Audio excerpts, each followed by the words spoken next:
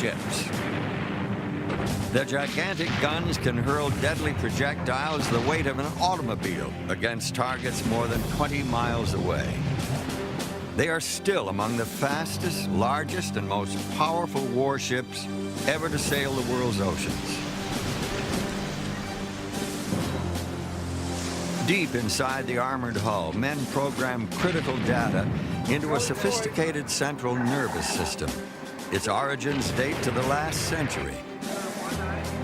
At their command, the guns fire with fearful accuracy.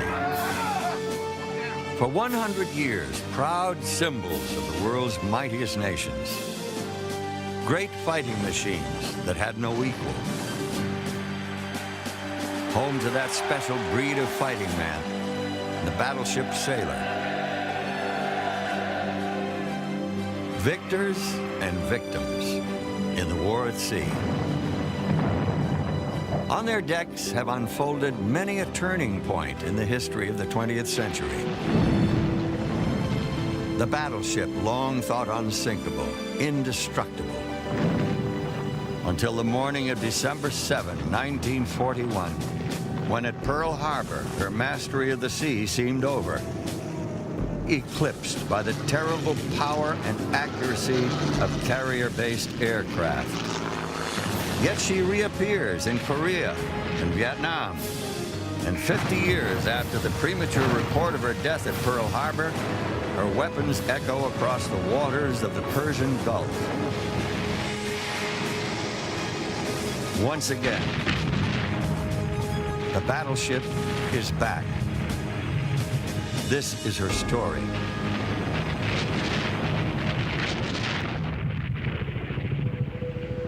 The 2nd of August, 1990. Iraq's invasion of Kuwait has been met with a swift response. A coalition of Western and Arab nations has created a massive buildup of armament in Saudi Arabia. President George Bush issues a final ultimatum to the Iraqi president: withdraw from Kuwait or face overwhelming force. As 1991 begins, the United States adds the final weapons to the coalition's arsenal. 2 of America's aging battleships will answer the call. For months, the USS Missouri has been making preparations for her 3rd war. Her firepower has been modernized as she prepares to join her sister, the battleship Wisconsin, already in the Gulf. 16 January, Iraq ignores the coalition's ultimatum. 17 January, 1:40 a.m., the crew of the Missouri is at general quarters. Execute launch sequence.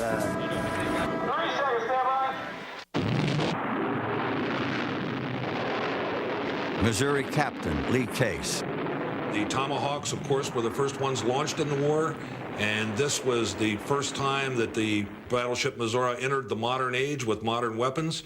We had never had the opportunity to fire those before, and every one of them worked as advertised. And the Missouri's basic armament, her 50-year-old 16-inch guns, were fired in anger for the first time since the Korean War. The target was the port city of Khafji, Saudi Arabia. To get within range, the Missouri moved into the shallows. There were only 3 feet of water beneath her keel. Lee Case. Well, when the big guns were fired in anger for the first time during the Gulf War, a cheer could be heard from one end of the ship to the other. You could hear over the sound-powered phones the excitement of all the people in the plotting rooms. The turret that got to fire the first round, I think, was probably the big heroes of the day at that particular time.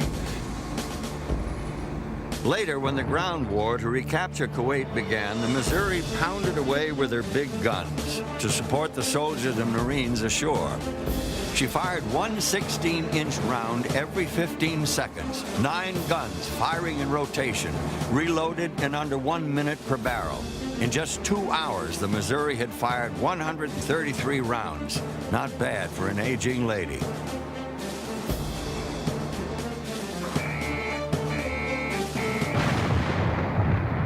But one of the Missouri's most effective new weapons never fired a shot.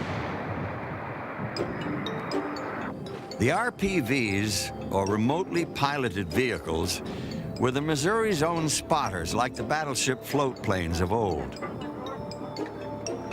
The miniature aircraft featured two camera systems, one for day, the other infrared for night viewing, when they could be most effective. The RPVs were 14 feet long, their wingspan 17 feet. Their computerized controls were operated by a pilot inside the battleship's superstructure. Rocket launched to an altitude of 200 feet in less than 2 seconds, the plane's two-cycle engine then took over. Over the enemy target, the RPV sends pictures and coordinates back to the ship. The pictures are fed into the closed-circuit TV system. An Iraqi food truck stops at a series of bunkers along a road. It is spotted by the cameras of the unheard RPV 1,500 feet above. The positions are fed into the Missouri's computer, and when the big guns fire, they are precisely on target. Proof positive that the 50-year-old big guns can still do their work.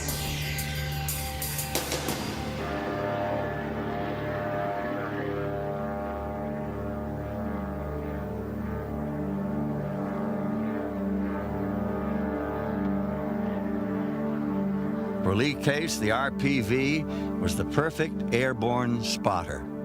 So there was a perfect blend of the old and new on board Missouri in the Gulf War, and both the old and the new contributed to our success. The USS Missouri fights on, America's most historic battleship, the newest technology now grafted to her aging body. Like her battleship sisters, she was born to another time, another place.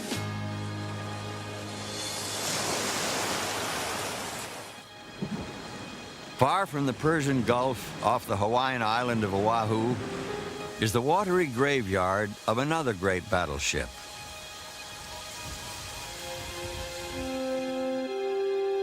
The remains of some 900 American sailors and Marines still lie within her twisted wreck. The battleship Arizona rests quietly below the peaceful waters of Pearl Harbor. Oil still escapes from her tanks. This was once a living ship, forever doomed on the morning of December 7, 1941. Dick Fisk was the bugler on the USS West Virginia. I sounded first call around 5 minutes to 8 for colors. We were looking towards the Arizona and then towards the two mountains there, and then we saw a group of airplanes coming in, and we thought that they were ours. Dan Martinez is an historian at the Arizona Memorial. On the morning of December 7, 1941, his grandfather was finishing his night shift. He was walking to his car when the first torpedo planes roared right overhead about 150 feet in altitude. At first he thought it was just a mock battle or drill. It was no drill. At 7:55 that Sunday morning, the clock began to tick away the final minutes of the battleship era. The great warships were all there, awaiting Admiral's inspection.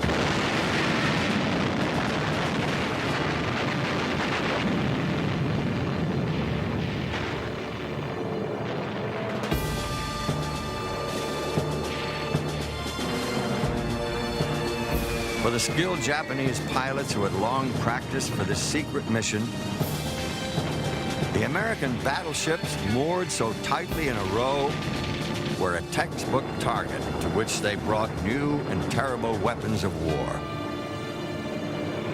The development of a shallow water torpedo was essential to the success of the attack. The Japanese knew that Pearl Harbor was only 45 feet deep.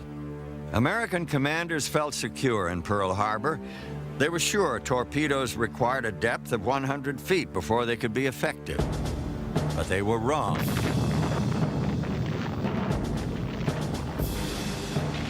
We just took torpedo after torpedo, and come to find out we had actually 9 torpedoes in us. Equally destructive was the armor-piercing bomb dropped from an altitude of 10,000 feet. The point of this bomb, with its delayed action fuse, was meant to penetrate inside the ship, then explode. We were looking toward the Arizona when this whistle come by. It sounded like a freight train, and it landed just forward of the #1 gun turret.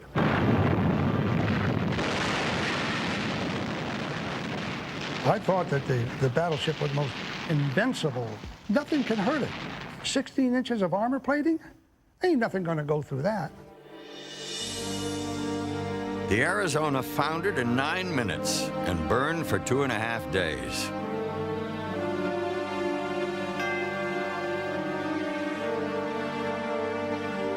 "1,177 men lost their lives on the battleship Arizona that morning. With the death of the Arizona, it seemed, died the battleship itself. For half a century, the universal symbol of naval pride and power. The Americans were stunned by the daring of the Japanese.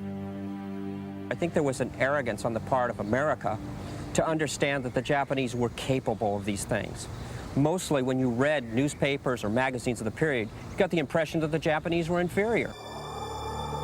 Japanese planning was anything but inferior. They had set a secret route across the treacherous northern Pacific and had sent the liner Tayumaru in advance to be certain no one sailed up there. In a bold effort, they raced toward Pearl Harbor, knowing that they could succeed. I thought we had the most powerful Navy in the world. What happened? The sunken Arizona was thought by many to symbolize the end of an era.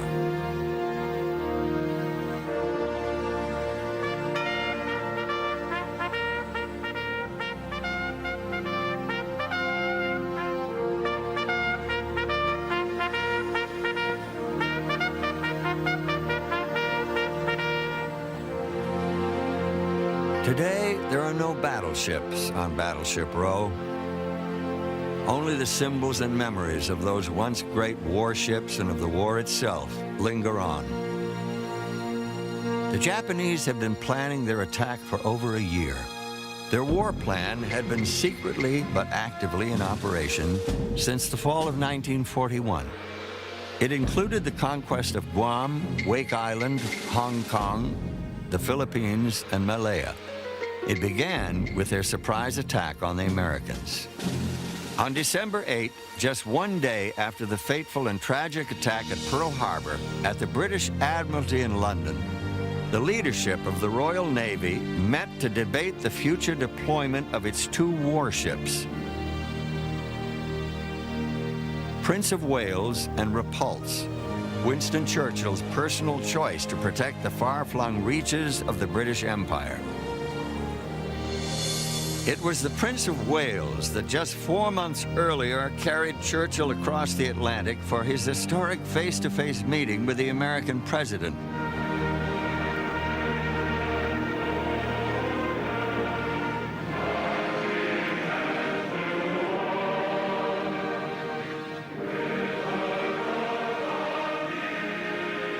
Symbolically, under the guns of the British battleship, they had signed the Atlantic Charter.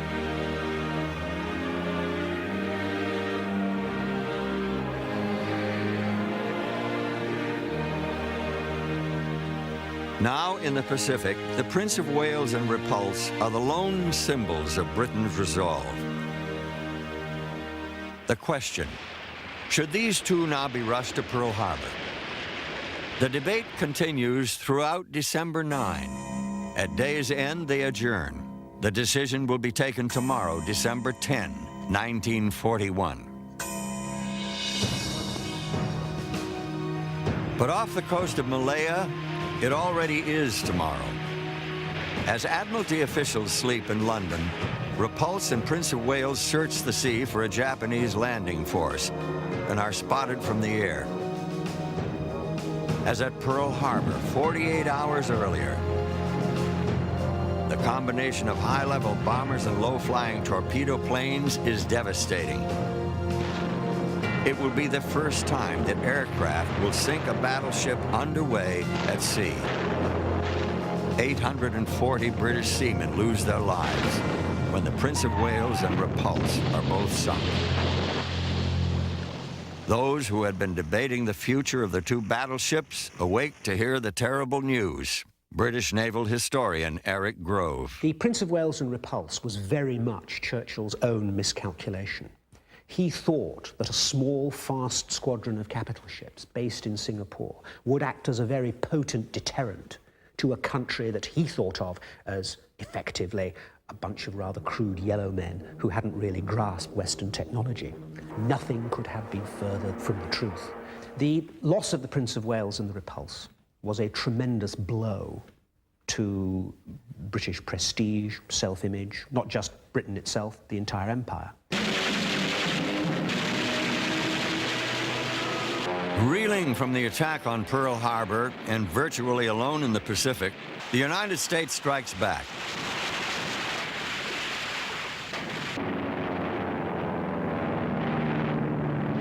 Her two Pearl Harbor-based aircraft carriers were at sea during the attack on December 7. By the spring of 1942, they had ravaged the Japanese fleet in the battles of the Coral Sea and Midway. At Midway alone, the Japanese lost 4 carriers and over 300 planes.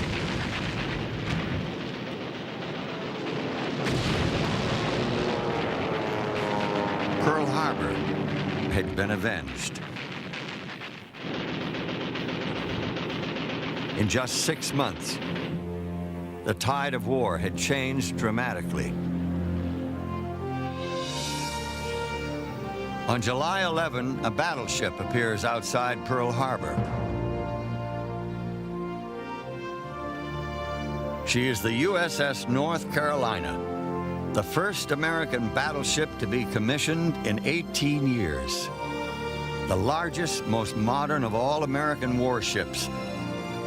It has taken nearly 8 years to design and build her. The North Carolina would soon be in the thick of battle. But on this day, the majority of her crew lined the decks to see the damage kept secret for 7 months. Larry Resin was a 17-year-old seaman aboard the North Carolina.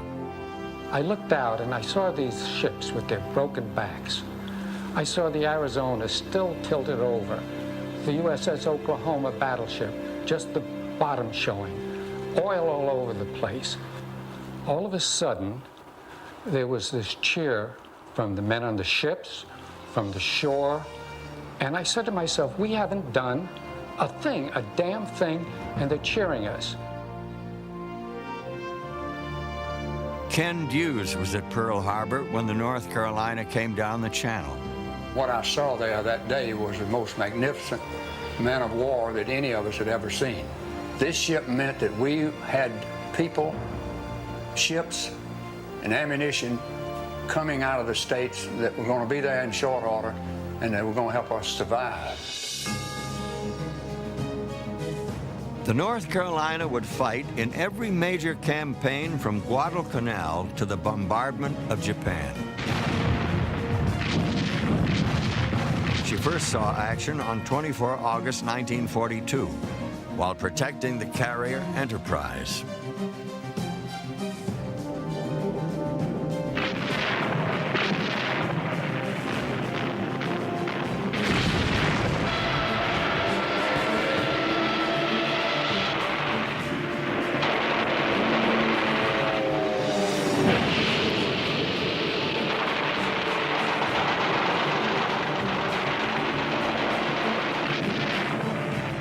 Her performance was remarkable, since at the time she had none of the 40mm anti-aircraft guns with which she would later be equipped. At one point, 6 dive bombers were driven off by her primitive 20mm deck guns. And by day's end, she had shot down 7 planes and assisted with 7 more. As As the war progressed, the North Carolina bristled with anti-aircraft guns. In her lifetime, the North Carolina's guns served her well. She earned battle stars for 15 campaigns. 9 times she shelled enemy positions ashore. She sank a troop ship, destroyed at least 24 aircraft, and defended American carriers against scores of attacks. In 1942, the North Carolina was a symbol of America's new strength in the Pacific. She would soon be joined by 6 of the 8 battleships the Japanese thought they had destroyed at Pearl Harbor. At Guadalcanal, the carriers Enterprise, Saratoga, and Wasp were joined by the North Carolina, Washington, and South Dakota. Roosevelt Flinard served aboard the North Carolina. August 7th, 8th, and 9th, 1942, the North Carolina was a part of a task force that was invaded Guadalcanal. We began firing before daybreak, and we fired several hours. After we bombarded the island a while, then the planes came in for bombardment. We backed out. The American carrier-based aircraft made certain that the Japanese would not reinforce their positions on the island. So our role was to protect the carrier from any other carrier planes and other ships that were in the area. Our job in the magazine was to get powder and shells up to the gun. We were sealed in. We were 3 or 4 decks down in this magazine. We would have to really work hard when it was a air attack, because the 5-inch guns were shooting bam, bam, bam real fast, and we just had to get the powder up there to them. The men shut up in the North Carolina and in other battleships during an air attack could track the Japanese planes coming closer and closer by listening to the guns. First the 5-inch, then the more rapid 40mm, and finally the deck-mounted 20mm as the planes that survived came within close range. Fall 1942. The battle for Guadalcanal wears on. The Japanese send one of their most powerful battleships, the Kirishima, to bombard the American air base at Henderson Field. On the nights of 14 and 15 November, between Savo Island and Guadalcanal, the battleships Washington and South Dakota engage in a gun duel at point-blank range with the Japanese force. The South Dakota is severely damaged, and the 4 American destroyers accompanying the 2 battleships are disabled in 20 minutes. The destroyer Preston took several direct hits before she sank. Her combat cameraman, Robert Reed, was thrown into the water. For nearly 3 hours, he watched the action. It was a duel between the Washington and the Kirishima. The Kirishima was outgunned. Her 14-inchers could not penetrate the Washington's steel-armored belt. The 16-inchers of the Washington did penetrate the 14-inch belt of the Kirishima and spelled her doom. She apparently burned and exploded until she finally went down, according to the battle reports, around 3 a.m. or 3:30. Throughout 1943, the Allied offensive grows ever stronger. American technology and training overwhelm the enemy.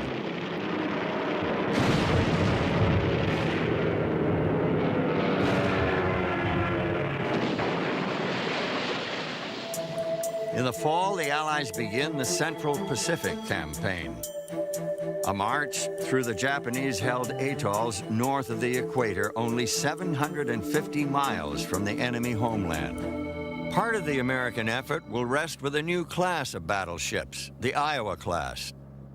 The Americans had long been wary of Japanese plans in the Pacific.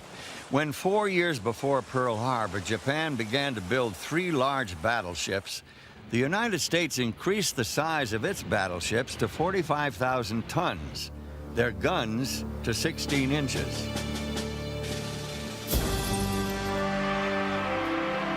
The result was a new class of battleship named for the first of their kind, the USS Iowa.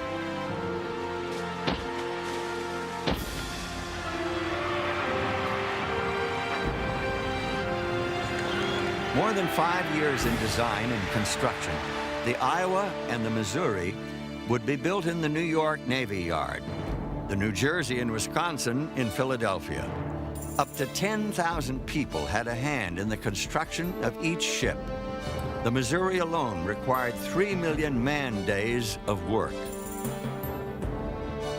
In recognition of the threat from enemy aircraft, the 4 Iowa-class ships had been designed with an emphasis on the protection of their turrets, machinery, and magazines against aerial bombs. The heaviest armor was more than 6 inches thick. 2 huge belts along the sides were angled inboard to provide protection equal to 13.5 inches of steel. The plates that were locked together to make up the belts weighed 50 tons each. The huge crane was at its limit as it positioned them to be welded in place. Because all of the Iowas entered service late in the war, each was equipped with the newest technology, including surface and air search radar that could track enemy aircraft 100 miles away. Each of the 3 turrets on an Iowa-class ship contained 3 of the newest 16-inch guns, the most powerful guns ever mounted on a U.S. warship. With its improved range, an armor-piercing shell from one of the new 16-inch guns was said to be capable of penetrating 32 feet of reinforced concrete. The Iowas had the greatest anti-aircraft capability of any ship in World War II. Their secondary armament included 25-inch guns in 10 twin mounts and 130 smaller anti-aircraft guns. They were fast, and they could cruise great distances without refueling. Their top speed was 33 knots, the fastest battleships in the world. And their range at 12 knots was an incredible 18,000 miles. The new battleships were run by crews of over 2,000 men. The Iowa-class battleships would see action in the Pacific in the closing months of World War II. By 1944, in the Philippine Sea, the fast carriers' fighter planes, supported by the battleships' anti-aircraft fire, were destroying the heart of Japanese naval aviation. Now the Americans begin to feel the extent of Japan's desperation. Naval historian Paul Stilwell. In the autumn of 1944, as the Americans got into the Philippines, the Japanese were so desperate in their defensive stance that they inaugurated the Corps of Kamikazes, planes flown by men who were in effect human fire control systems for the bombs they carried. They were deliberately willing to sacrifice their lives because of the code of the warrior that said dying for the emperor was the highest honor. The kamikazes' primary targets are the wooden decks of the American aircraft carriers.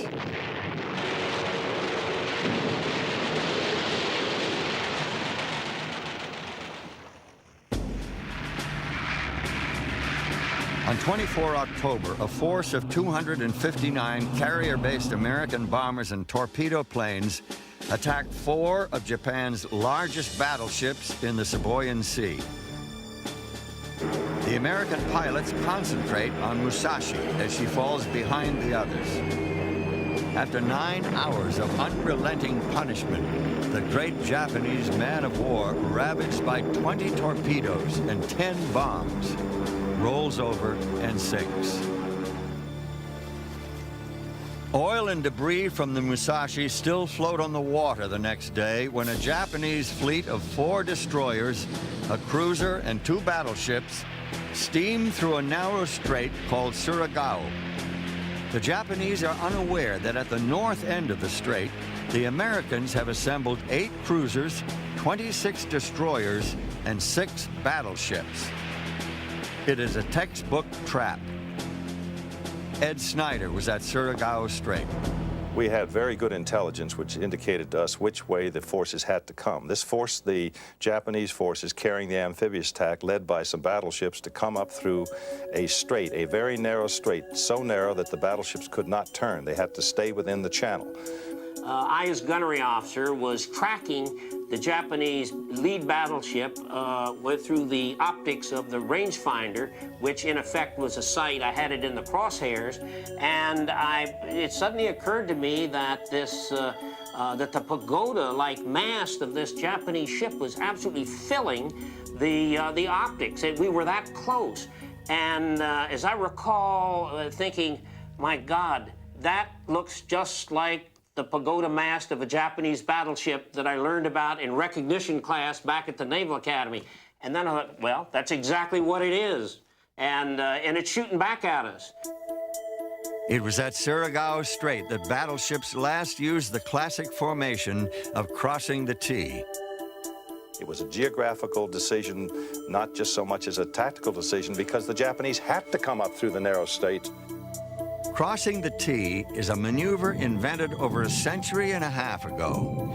By coming across the enemy's bow, battleships could fire broadsides while the enemy could only fire their forward guns. At Surigao Strait, the Americans crossed the T on the Japanese. We saw these tracers going through the sky, and they were coming from our battleships and all converging on the Japanese battleships. The battleships that we had backing us up, the Maryland, the California, the West Virginia, the Pennsylvania, the Mississippi, and the Tennessee. What poetic justice that these ships that were sunk at Pearl Harbor are going to go into action against Japanese battleships. Admiral Yamamoto was wrong to think that he could destroy the American resolve. He was right when he said, "I fear we have awakened a sleeping giant." We must remember that Surigao Strait was the last major surface action between battleships. It's probably the last surface action between any kinds of ships that did not involve aircraft. That night, the American battleships, assisted, I like to think, by the attacks of the destroyers, really annihilated the Japanese battleship force. 4 months after the Battle of Surigao Strait, America's great battleships are called upon once again. This time, the assignment is the shelling of the Japanese-held island of Iwo Jima. One of the 8 older battleships is the West Virginia, back from the grave of Pearl Harbor. Her bugler, Dick Fisk, had been transferred to the 5th Marine Division and had gone ashore as an assistant platoon leader. The big gun was firing their shells into Mount Surbaji. It was exhilarating because we said, boy, now we got some firepower behind us. We're not alone out here. They're going to wipe this place out. Larry Resin was aboard the North Carolina. When they fired the main battery, that's the 16-inch guns where the projectiles are about as tall as I am. If they fire 9 of them at once, 2 things happen. Once, the recoil actually slides the ship sideways in the water. That's a lot of movement. But the other thing, especially in my battle station, you get a sucking out of the air in your lungs. I mean, the vacuum created by the projectiles taking off creates a vacuum. In March of 1945, only the island of Okinawa stood between the Allies and the Japanese mainland. And Okinawa was fiercely defended. For the Americans and for the Japanese, the battle for Okinawa would be the most costly action of the Pacific War. 75,000 Japanese, 13,000 Americans, and 150,000 Okinawan civilians would be lost. America's battleships were there to prepare the way. The North Carolina and the other 3 ships of the Iowa class, Missouri, Wisconsin, and New Jersey, joined the older but still highly accurate New Mexico and Tennessee. The Allied landings began on Easter Sunday, 1 April, 1945. They were accompanied by massive bombardments from the battleships. With the defense of Okinawa, the Japanese unleashed Operation 10 Go, the largest, most concentrated kamikaze campaign yet.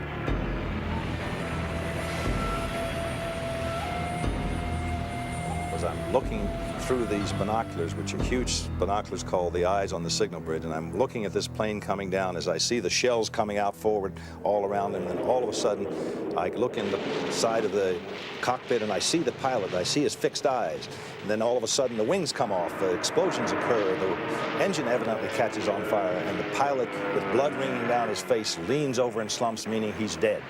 That the plane still keeps coming like a ballistic missile straight at you, straight down. Very fortunately, it missed us by about 100 yards. Operation 10 Go was truly a massive suicide campaign. The Americans had never seen anything like it.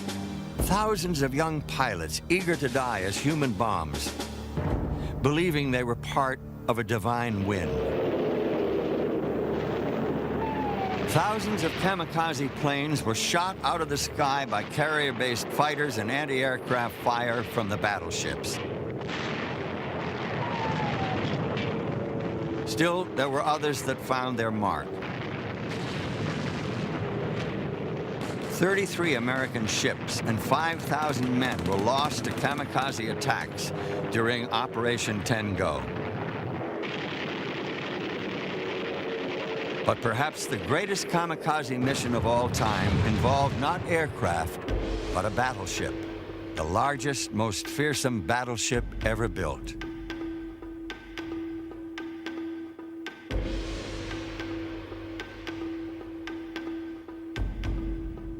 Four years before the attack on Pearl Harbor, the design for a new and massive battleship was secretly being tank tested in Japan's Kure shipyard. She would be called Yamato, the oldest and most sacred name with which the Japanese referred to their island nation. And she would be the largest, most powerful battleship ever built.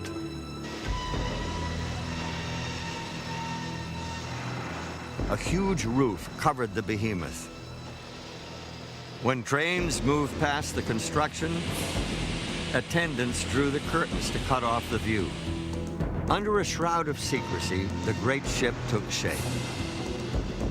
Nearly 23,000 tons of her total weight was in her armor, a record that has never been equaled. Her largest guns were over 18 inches in diameter, and one single turret weighed more than a heavy destroyer. She carried 12 6-inch and 12 5-inch guns in her secondary battery and bristled with 152 25mm anti-aircraft guns. Her watertight compartments and hundreds of design innovations made her the most glorious symbol of Japanese naval supremacy.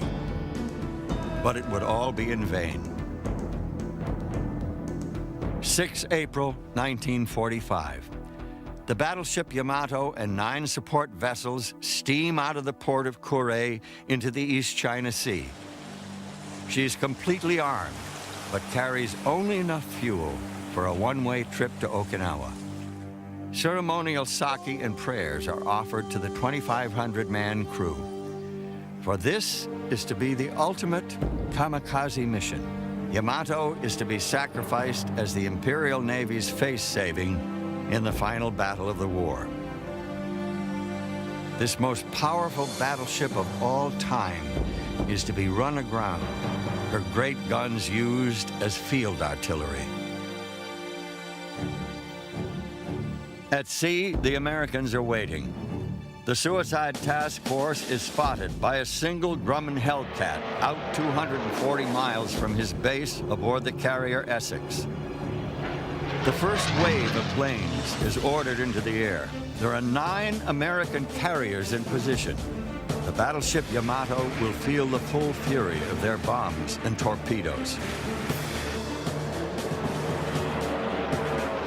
Helldivers, Avengers, Hellcats.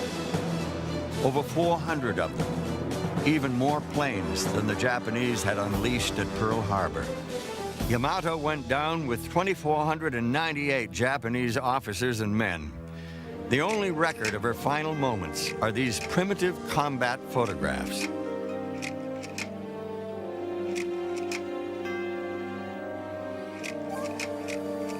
But one can imagine such horror by recalling the death of another invincible battleship, HMS Barham, when a motion picture camera was there. The mushroom cloud from the Yamato was said to rise so high in the air that it was visible from the Japanese mainland 50 miles away. Yamato had become the symbolic funeral pyre of the Empire of Japan. For 50 years, the battleship had been the world's ultimate weapon, national policy represented by the threat of her powerful guns. The road to 2 world wars began with the creation of the first modern battleship. Work began in 1905 on an entirely new generation of battleships called Dreadnought.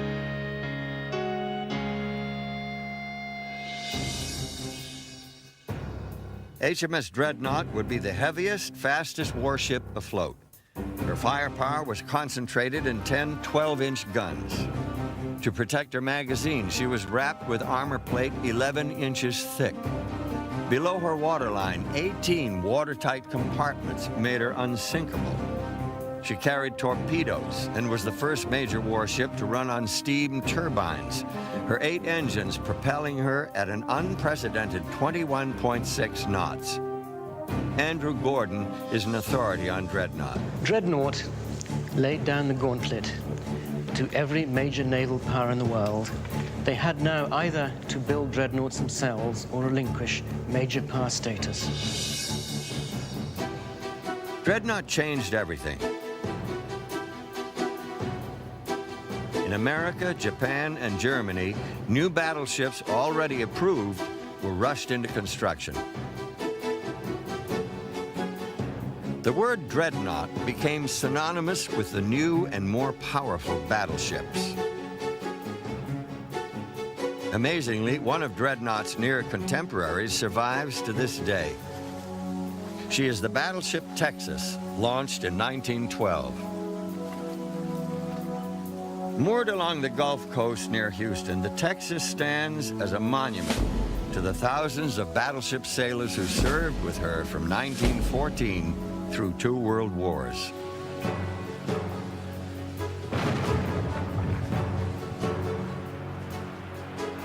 The guns on the Texas were controlled by primitive computers. Armor plate on her sides was a full 12 inches thick.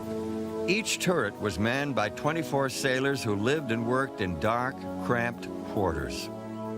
The Texas reminds us of the primitive conditions aboard the first modern battleship.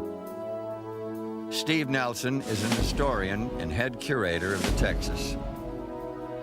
What makes the USS Texas so similar to HMS Dreadnought are these big guns.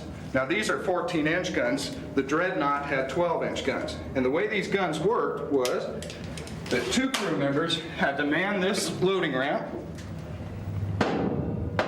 drop that down into position. The 14-inch shell was rammed all the way up the breech.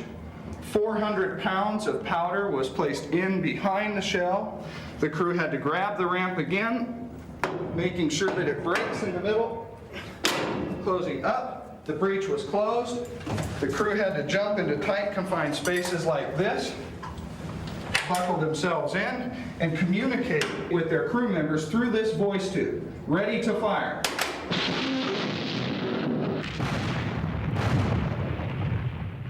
Ironically, Dreadnought would never fire her great guns in anger. Yet, within the decade, her existence would propel the world into war. June 28, 1914, the Archduke of Austria and his wife are assassinated by anarchists. The world explodes into war.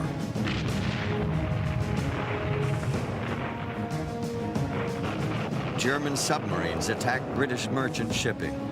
Then on May 30, 1916, the German fleet steams to sea for its first confrontation with England's Grand Fleet. The decade-long arms race approaches Armageddon. The dreadnoughts meet off the coast of the Danish peninsula called Jutland. 250 warships fight the greatest sea battle the world has ever seen. When it is over, 25 ships have been sunk, 8,465 men killed, over 1,000 wounded. John Samita is an historian and authority on the Battle of Jutland, as is Eric Grove. They are at Admiralty headquarters on London's Pall Mall. The problem to the people who sat in this room was that the battle had not succeeded in gaining the crucial objective, the destruction of the high sea fleet. The battle did succeed in proving that the dreadnoughts were vulnerable. The German reaction was to keep her battleships in port for the remainder of the war. The British had failed to win an overwhelming victory at Jutland because the success of their big guns at long distances in the smoke and haze was only 2 or 3% of hits to shots fired. The problem for the Royal Navy at the Battle of Jutland was her battle fleet was prepared before the war for a battle that was going to take place at much lower ranges. The British were working on a system of firing battleship guns at very long ranges. It was based on the work of Arthur Hungerford Pollen, who created a primitive computer before the word computer had been invented. Pollen developed the idea of using very advanced rangefinders that were gyroscopically stabilized against the motion of his own ship, a very advanced analog computer, very advanced systems of transmitting the calculations of that computer to the guns. The Pollen system would have greatly improved accuracy, but was too expensive and was rejected by the Admiralty. They'd been informed by their intelligence that the Germans intended to fight at very short ranges. Their intelligence was dead wrong. This raised huge question marks over the whole way the Royal Navy did its business. Admiral Beatty was in close contact with the Board of Admiralty who sat in this room. He said, there's something wrong with our bloody ships today and something wrong with our system.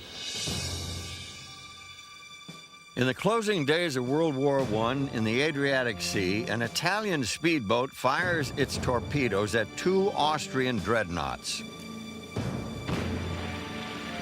A combat cameraman aboard the Tagetov watches as 2 milky white tracks head for the St. Stephen. These pictures document the first sinking of a battleship by a simple torpedo exploding below her armor belt, where she was to prove as vulnerable as any other ship. The primitive camera grinds on as nearly 1,000 men are lost.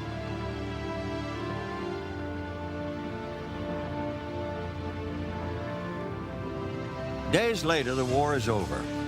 The Allies and their defeated foe gather to set the terms of peace at Versailles.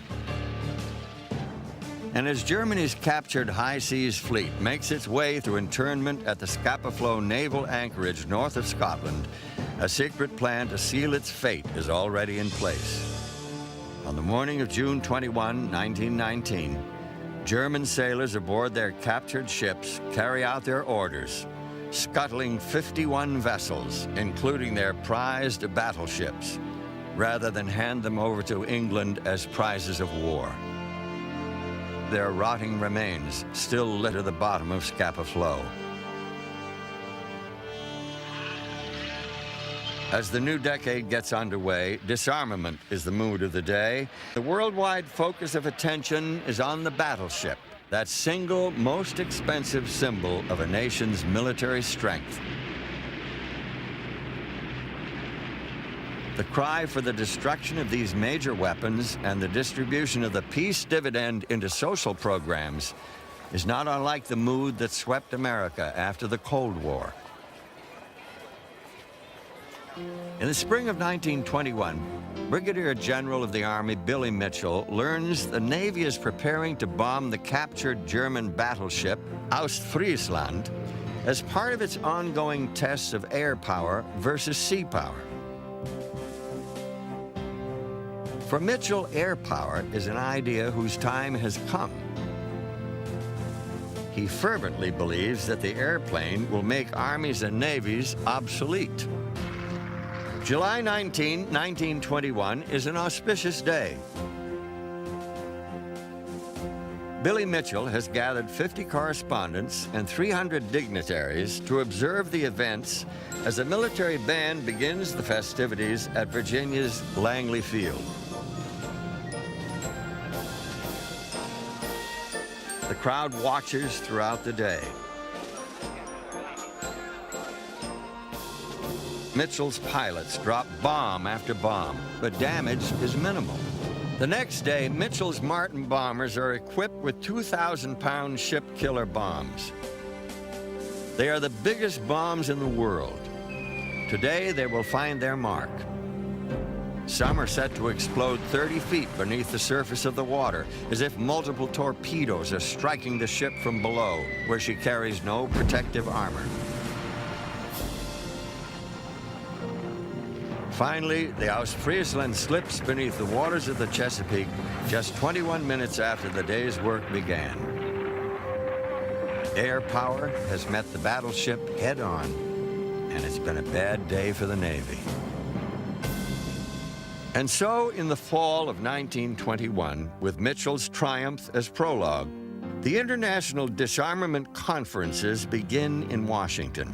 When the meetings are over, guns on all existing warships are limited to 14 inches and displacement to 35,000 tons.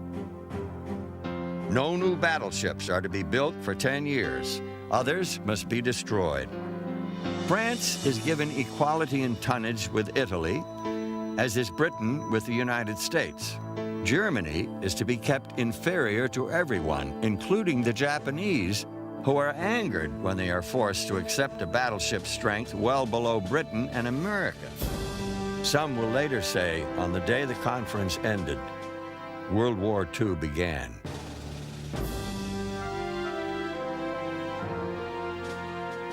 Soon, Japan and Germany would embark upon the path of rearmament and conquest. Within 2 decades, the world will once again be at war. And once again, the battleship will play a major part. It is 1939. Adolf Hitler has overrun Eastern Europe. And at sea, German U-boats once again prey on Britain's merchant fleet. Nazi surface raiders capture crews, then sink their ships. One such raider is the German battleship Admiral Graf Spee. Her captain, Hans Langsdorff, is a veteran of the First World War. He is known for his humane leadership. In the past year, he has destroyed 9 merchant ships without the loss of a single life. I think he had a real sense of responsibility for his ship's company, and he felt that decisions he had taken himself to risk the ship and risk them should not lead his men into very dangerous situations. Now, in the closing weeks of 1939, Hitler dispatches Langsdorff to intercept British cargo vessels off the coast of Uruguay. He was going to the River Plate to find a convoy that he would sink together with the escort, and he had been given the strictest of orders that the last thing a German raider should do was engage British warships. But for some unknown reason, Langsdorff disobeys. Perhaps he thinks any British warships in the area will be small and easily sunk. Aboard the British cruiser Ajax, Commodore Henry Harwood has been hunting the Graf Spee for months. Now he guesses exactly where Langsdorff is heading, and with the 2 other cruisers under his command, HMS Exeter and Achilles, he steams to intercept. On the Graf Spee, Langsdorff sights the masts of Exeter, thinks she is alone, and opens fire. The Battle of the River Plate has begun.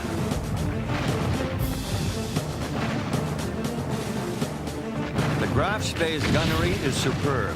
Exeter is hit first, then Ajax. Still, Harwood manages to direct the Ajax's guns on the Graf Spee. Exeter fires her torpedoes. The Germans must turn hard to avoid them and thereby leave the field of battle. Langsdorff orders the Graf Spee to the neutral harbor at Montevideo. He pleads for time to make repairs, but the Uruguayan authorities refuse. The ship is badly damaged and her captain has received 2 head wounds. The Graf Spee must leave in 72 hours. Langsdorff radios Berlin for instructions. At 5:25 on Sunday afternoon, 17 December 1939, this wounded symbol of Hitler's Navy weighs anchor and heads to sea. Outside the harbor, the British warships wait. A huge crowd has assembled to watch the battle to come. But there will be no battle.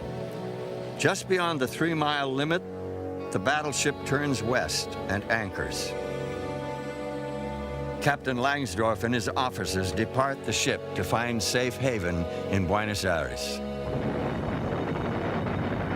Shortly afterward, explosions racked the Graf Spee.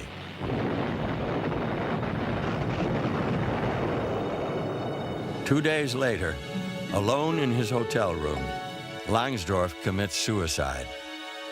He was found lying on the German ensign, the ensign of the ship, perhaps trying to atone with his own sacrifice for the disaster he had brought upon the German Navy. July 1940, in London, Prime Minister Winston Churchill confronts a new crisis. France has fallen to the Nazis. The fate of her navy is yet to be determined. France had a first-class navy, and if it had fallen into German hands, then British security would have been threatened, American security would have been threatened, and the whole naval situation would have been transformed. The neutralization of the French fleet was a necessary condition for the survival of the United Kingdom. Churchill forbids French ships in British ports to put to sea. He dispatches a powerful squadron of warships to confront what remains of the French force in the Mediterranean at a place called Mirs el Kabir, Algeria. It is an impressive show of British sea power.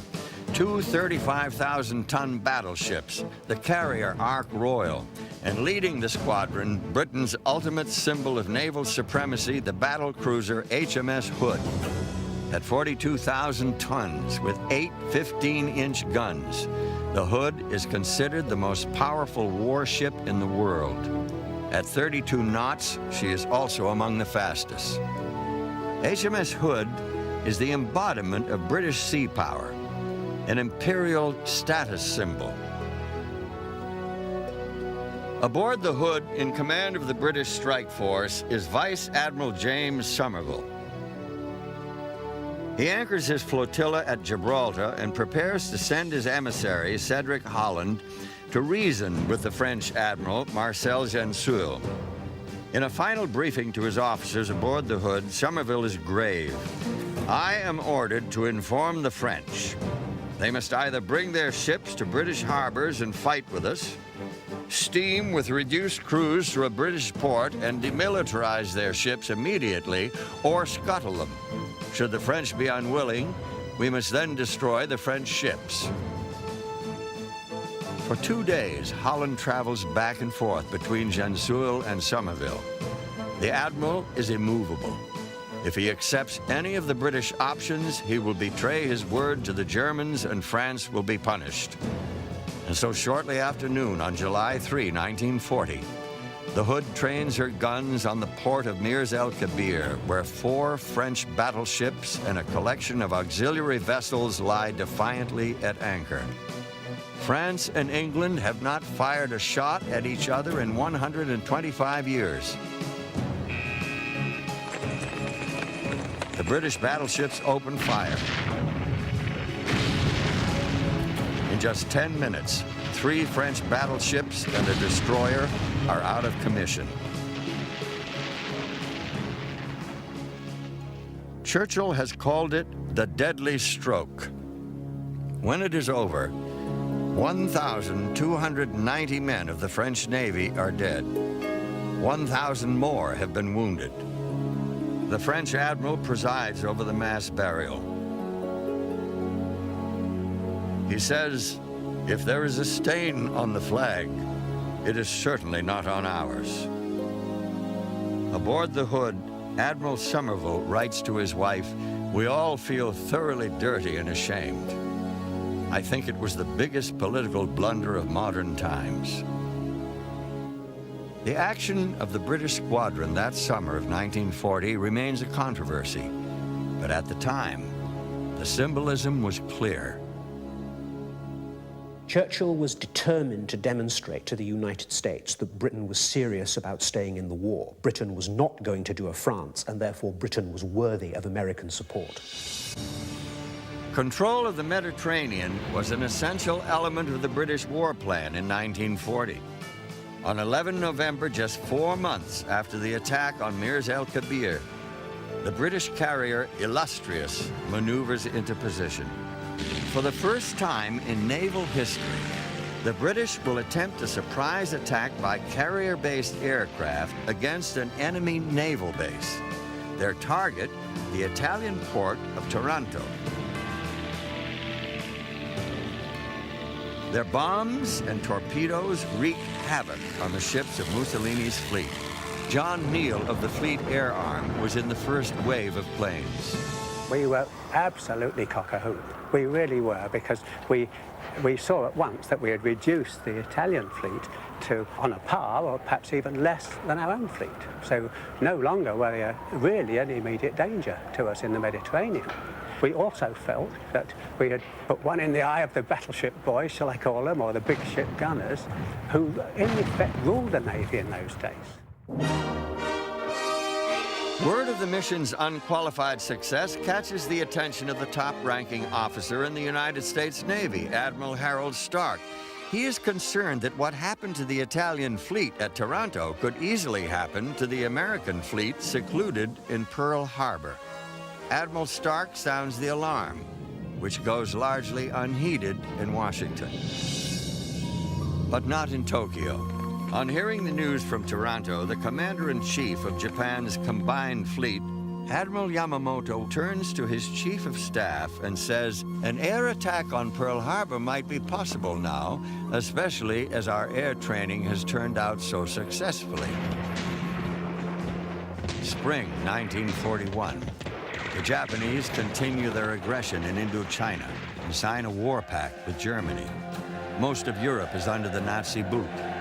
Hitler is pleased with his new Japanese ally as he presides over the launch of Germany's newest, most formidable weapon, the battleship Bismarck. The ship is referred to as he, in deference both to its namesake, the great Prussian Chancellor, and the masculine warrior tasks for which it was created.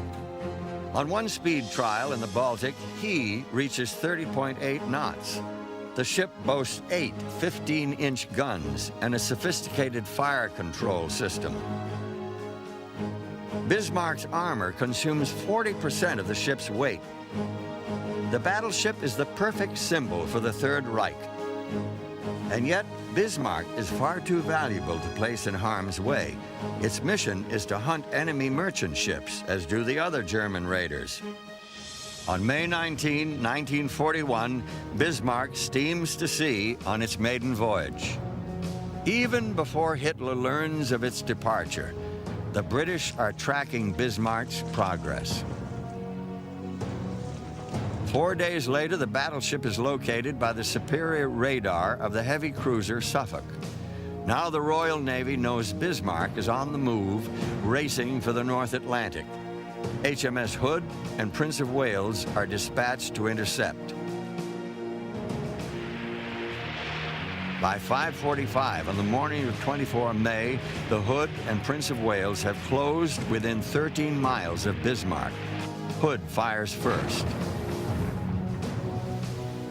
Bismarck immediately returns fire. The first shells strike the Hood's fused torpedoes at midships, and she explodes. The battle was over in a matter of minutes. Hood blew in two, a huge explosion, witnessed in horror from Prince of Wales. Hood's going at 28 knots. The stern section virtually drove herself into the sea, and the bow section canted up. A final salvo was seen being fired from the foremost guns uselessly into the sky. In a few seconds, Hood was gone. Of the ship's total company of 1,419, 3 survivors cling to life rafts in the icy water. Only one, Sigelman Ted Briggs, is alive today. I felt myself being dragged down, and I was trying to get away. And the next thing I knew was I suddenly seemed to shoot to the surface. When I came up, there wasn't another soul inside. I looked around, and she was about 50 yards away, and she was vertical with the water. And the B turret was just going under. I panicked, and I turned and swam as fast as I could away from her. And when I looked around again, she'd gone. Those on the upper deck, a lot were killed and wounded before she went. And the others, I suppose, were just taken care of by suction. But only 3 of us came up. She was a beautiful, proud ship, but unfortunately, with a glass jaw. HMS Hood's glass jaw was a function of her design. Armor had been sacrificed for speed. The next day, the victorious Bismarck, a hole in its bow from a shell fired from Prince of Wales, is short on fuel and heads directly for France. The Royal Navy had been utterly shocked at the loss of Hood. Ships right across the Atlantic converged towards the likely area of Bismarck, in some cases without orders. They had to find Bismarck. They were going to sink that ship, one way or another. 26 May 1941, 10:30 a.m. A Catalina flying boat dives through the clouds for a better look at a huge ship below. It is met with a hail of gunfire from the Bismarck, trailing oil at 20 knots, less than 12 hours from freedom in France. But only 50 miles away is the British carrier Ark Royal. Within minutes, 15 of the Ark Royal's swordfish are in the air. Most of their torpedoes will miss, but one jams the Bismarck's rudder and plants the seeds of its destruction.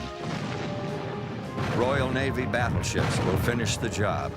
Bismarck died under very severe bombardment, was shot to pieces at close range. It was very bloody, and nearly 2,000 men died. It was a human tragedy.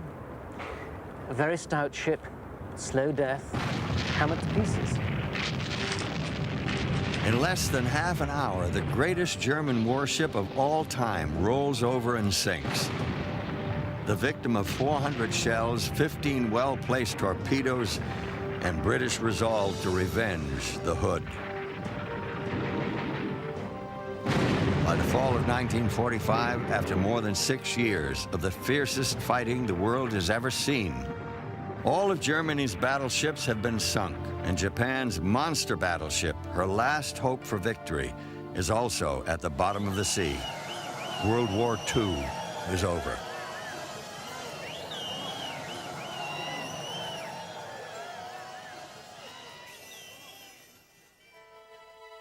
The once mighty empire of Japan lies in ruin. President Harry Truman from Missouri prepares for peace. I have received this afternoon a message from the Japanese government. He has determined that the unconditional surrender of Japan will take place most symbolically upon the deck of the battleship Missouri in Tokyo Bay. The Americans have come back to Japan to anchor very near the spot where in 1853 Commodore Matthew Perry anchored to demand that the Japanese open their nation to the West. The events of the day will be carefully documented. 170 reporters, photographers, and radio soundmen swarm the decks of the USS Missouri to record sounds and images that will be seen around the world for years to come. To this day, the battleship Missouri remains the most historic of all American battleships.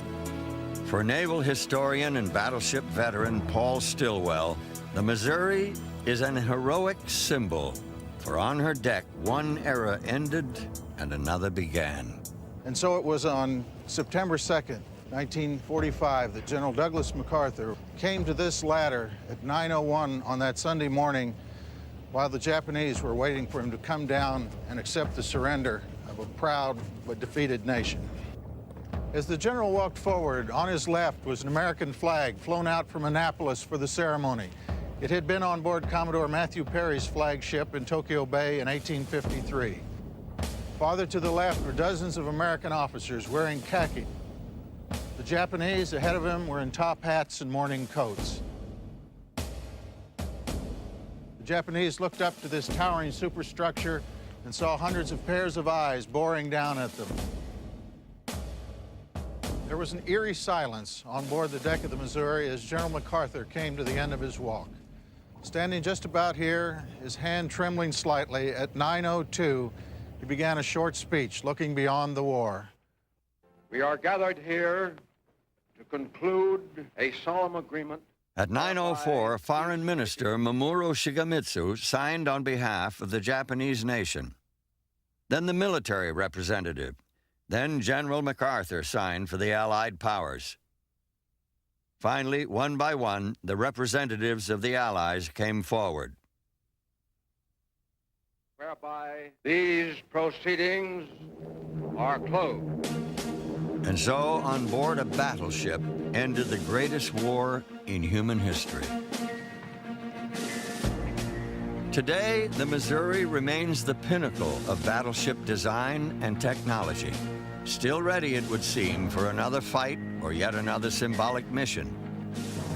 On that infamous Sunday morning in 1941, Japan had sought to destroy every one of America's battleships in a single stroke.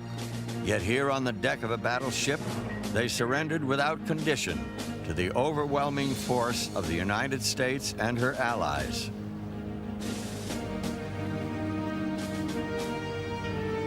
The living symbol of that force remains the battleship Missouri. Missouri Captain Lee Case. She is a ship with a heart and soul. And the soul of the ship has always been and always will be the past, present, and future sailors that serve on her.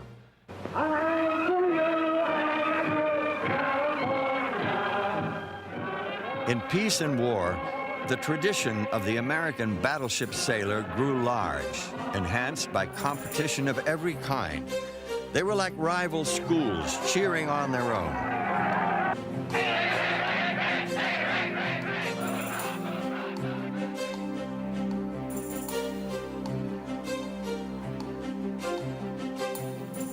Battleship sailors have long been a special breed, perhaps because of the extraordinary teamwork required to man the guns and fight the ship, or the special symbolic nature of a battleship, or simply because they knew they were aboard the Navy's best. Their ship became their home, and their home was a matter of pride.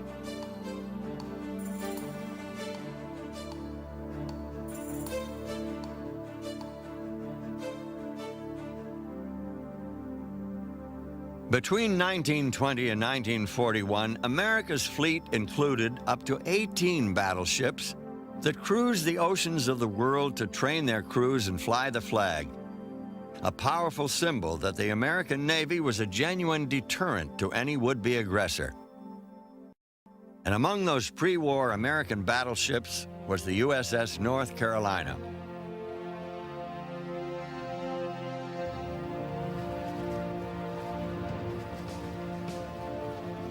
Today, she rests as a state memorial in Wilmington, honoring the more than 10,000 North Carolinians who fought and died in World War II. A visit aboard the North Carolina is a visit back in time. And as you begin it, let us tell you something about this giant of a ship. We should start by saying there have been 3. Here, some 2,500 men once lived and worked, and carried on the business of war in a city at sea.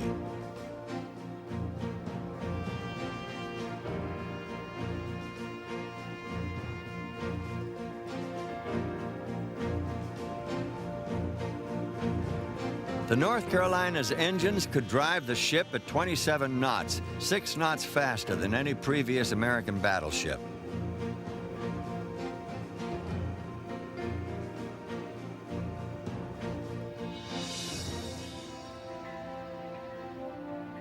Here rest the 9 great guns of her main battery, fired 2,396 times in 9 operations by crews that often worked around the clock in the suffocating heat of the Pacific.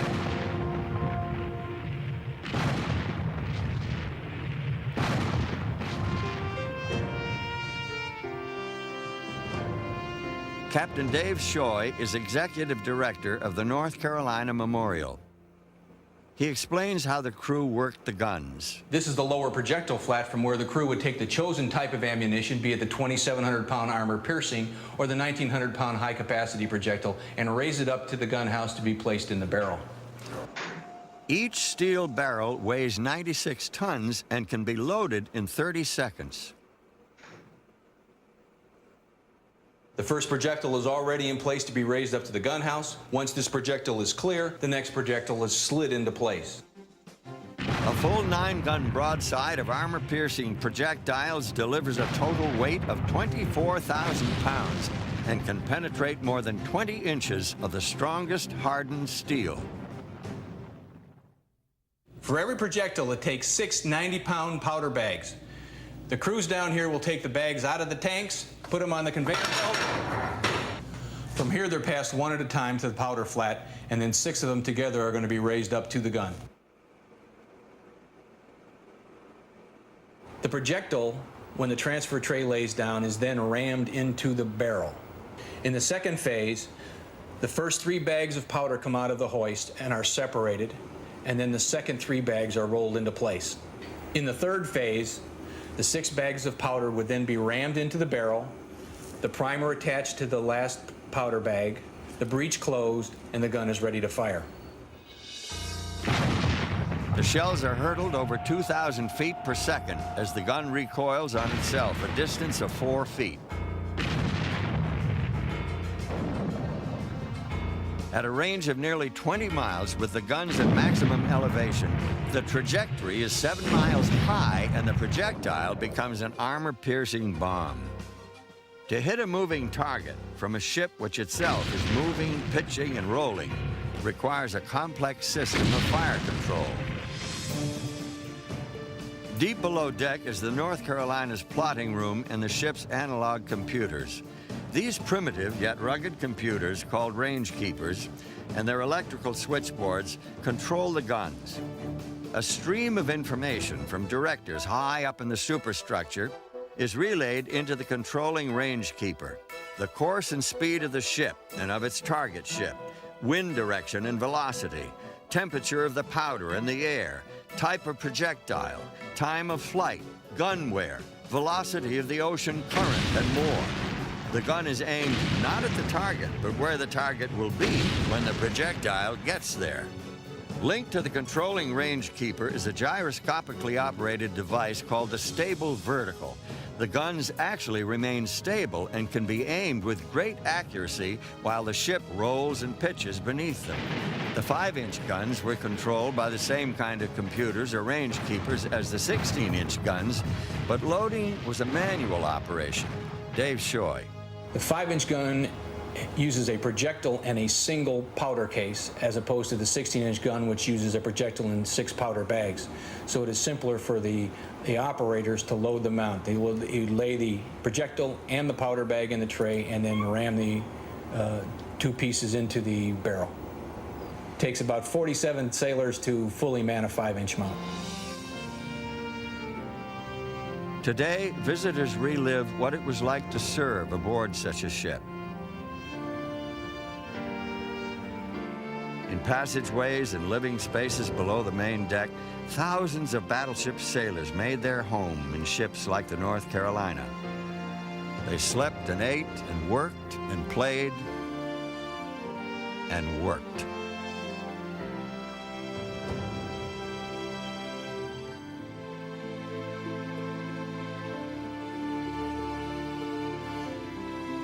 The galley served up 3 meals a day and then some.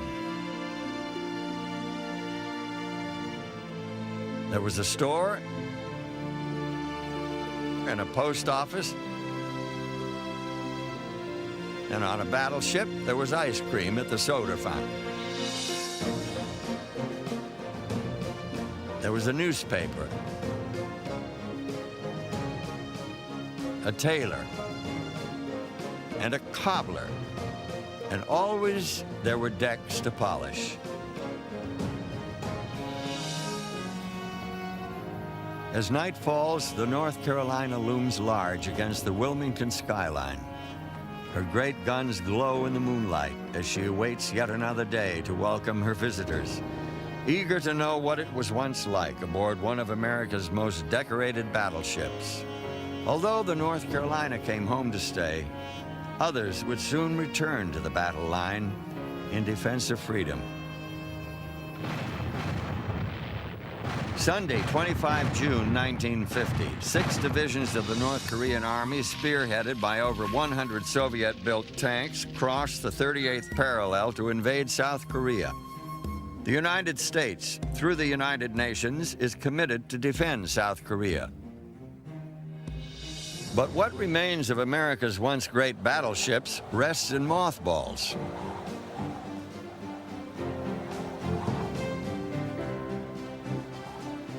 Only the Missouri, the last battleship commissioned by the United States Navy, is still at sea. Among her peaceful and symbolic missions, the Missouri traveled to South America and brought President Harry Truman home from an international conference in Rio de Janeiro in 1947. He and his family enjoyed life aboard the historic warship. He mixed with the crew, took walks, and actually waited in line at the barber shop. He admitted to being a first-time crosser of the equator and accepted his initiation as a pollywog and high spirits. From 1948 to 1950, the world's most famous battleship was at sea as a training ship. When North Korean troops marched into South Korea, she was quickly ordered back to Norfolk to be loaded with supplies and live ammunition. The Missouri would be going back to work as a battleship. In time, she would be joined by her 3 sisters of the Iowa class, the Iowa, Wisconsin, and New Jersey. All 4 reactivated from mothballs for wartime duties to protect the fast carriers and bombard North Korean positions ashore.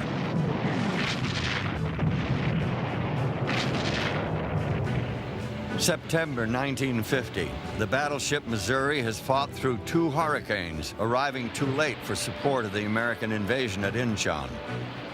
Now, equipped with a helicopter for spotting, her big guns speak once again.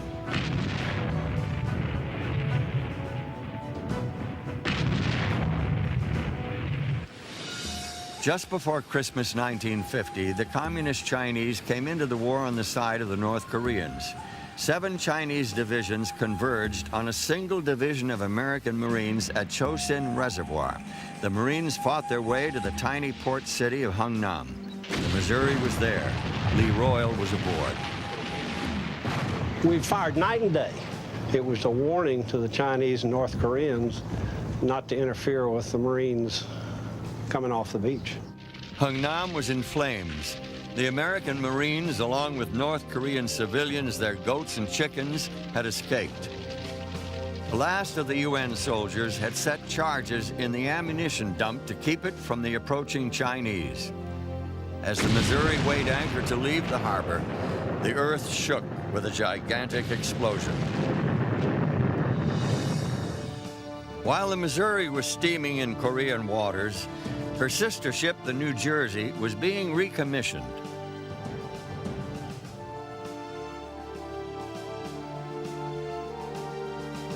By May, she was stationed off the North Korean port city of Kansong. At 5 in the morning of May 20, the guns of the New Jersey were fired in anger for the first time since 1945. After 6 months of operations off the coast of Korea, the New Jersey is relieved by her sister ship, the Wisconsin. And for 6 months in 1952 by the Iowa.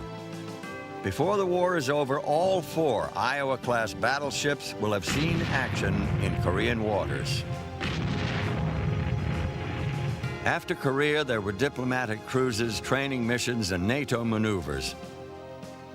But in November 1957, the Wisconsin completed her final cruise and followed her 3 Iowa-class sisters into the mothball fleet. For the first time since the 1890s, the United States was without even one active battleship. Throughout the first half of the politically charged 1960s, America became increasingly involved in a war in Southeast Asia. Perhaps a battleship could save American lives. But the battleships of the Iowa class slept in mothballs. Then, in 1967, the word came down: bring back the New Jersey. Within months, she would be guided into dry dock at the Philadelphia Naval Shipyard, where her great hull would leave the water for the first time in a decade. The men of the shipyard had done this job before, some of them when she was first built in the early 1940s. From scaffolding high in the superstructure and in spaces below, the men of the Philadelphia yard would bring the ship back to life, updating her electronics for the Navy of the 1960s. Finally, after nearly a year of work, the reborn New Jersey steams triumphantly to sea. On September 29, 1968, the world's only active battleship arrived off the coast of Da Nang, South Vietnam, ready for work.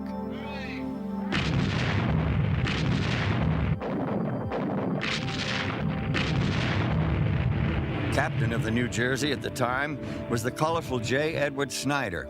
The commanding officer of the field hospital said that he was taking incoming means that the North Vietnamese were shelling his hospital while they were trying to do operations. And would I consider lobbing a shell over his hospital just for the heck of it to try to see if that would stop them? And I said, well, I'd be perfectly willing to do that. Let me take a look at what the situation is. And of course, one of my officers said, you can't fire over your own troops. And I said, they're not troops, they're the hospital. He said, well, that's worse. I said, oh, shut up, we're going to do it anyhow.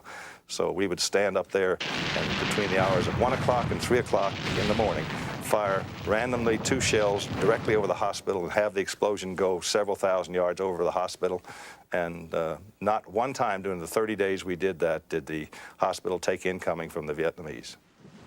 Throughout her tour in Vietnam, the New Jersey was a constant object of attention from the press. On one occasion, a reporter approached Captain Snyder and asked about the ship's real effectiveness. I said to him, well, why don't you ask the people we're supporting, for heaven's sakes? They're the people that know whether I'm effective or not, or whether the ship's effective. So he goes ashore, he comes back, and he shows it to me, and he plays me the tape. And the last line of the tape was, if it hadn't been for the Big J, they would have zapped our ass. By June of 1969, the New Jersey was back home in friendly waters. And only 6 months later, on a damp and chilly day in Bremerton, Washington, an old story was being repeated once again. For the second time, the New Jersey had been consigned to the mothball fleet. Her new captain, Robert Peniston, voiced the feelings of many when he said, "The hour cometh, and now is to say farewell. Rest well, yet sleep lightly, and hear the call."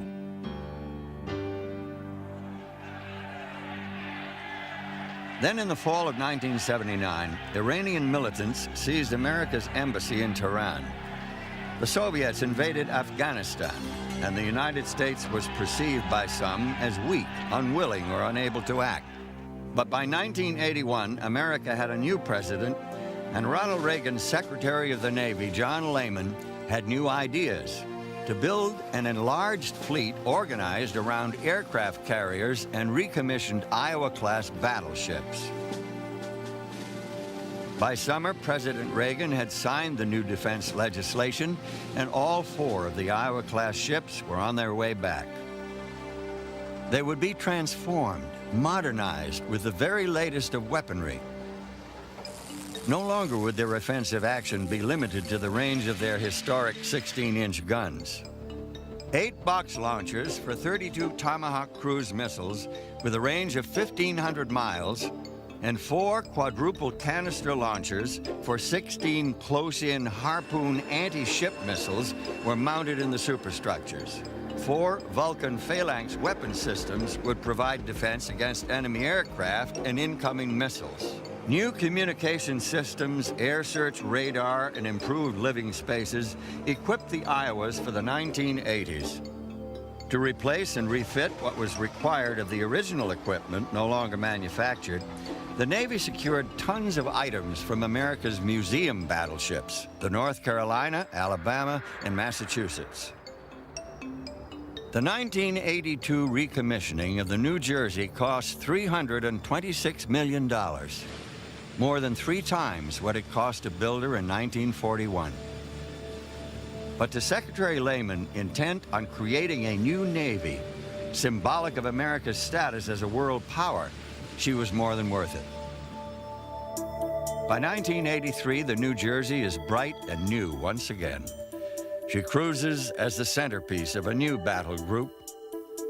She is part of a peacekeeping force off the coast of Lebanon. For 6 months, she cruises the coast and shells Syrian gun positions ashore. In time, she is joined at sea by the USS Iowa and her sister ships, Missouri and Wisconsin. Ralston, what do you have on Skunk about 5 degrees off the port bow? Yes, sir. It's Skunk India, bearing 255, 21,000. Course 075. Evaluator, I have an update on the Kenda. Very well. All stations report, ready for call for fire. All stations report and ready to call for fire. Report, ready to call for fire. On a routine training mission in the spring of 1989, as the crew of the Iowa prepares to fire the center 16-inch gun in number 2 turret, something goes terribly wrong. 47 sailors are killed in a tragedy that to this day has not been fully explained. And as the Cold War comes to an end the next year, the Iowa and her sister, the New Jersey, are again to be decommissioned. Only the Wisconsin and Missouri continue to cruise and train with the modern Navy, flying the flag, awaiting the day when they too will be returned to mothballs, sold as scrap, or converted as museums. No one yet realized that America's 2 remaining battleships would soon fight their 3rd war, perhaps their final war.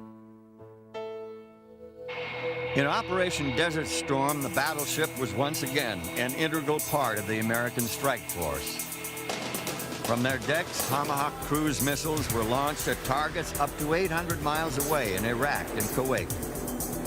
They were so accurate and destructive that eventually the coalition ran out of targets. No hostile fire ever reached the battleships.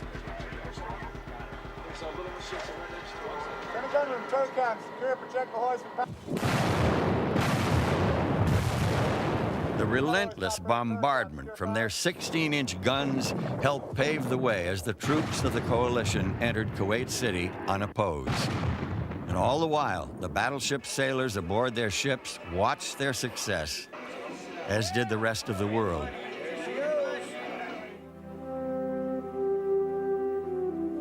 The forces of the coalition declared victory on February 28th. During the final days of the land war, the men of the Missouri had performed for 4 straight days without sleep in the best tradition of the battleship sailor, Lee Case. Sailors on other ships are always watching sailors on battleships. They're trying to emulate them. They would like to be there in their place. They know that they're in a position where they're always on display.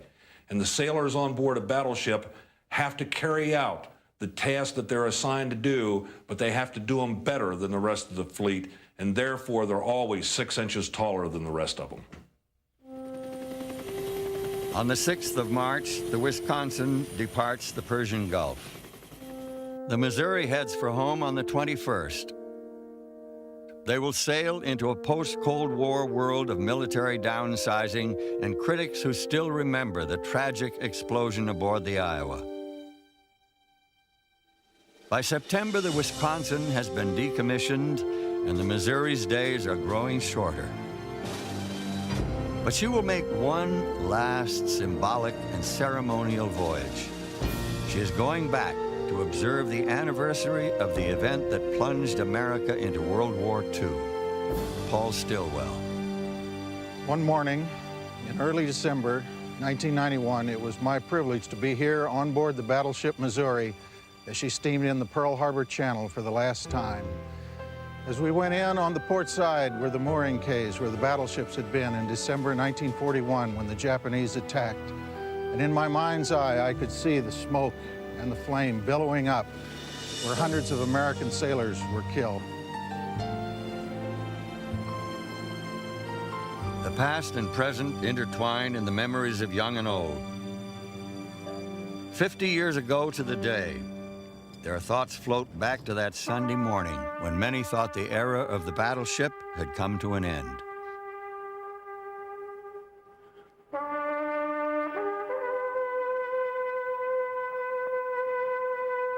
For the Missouri, symbol of all the great battleships of the Second World War, it has been a journey back in time. The next chapter in her long life can now begin.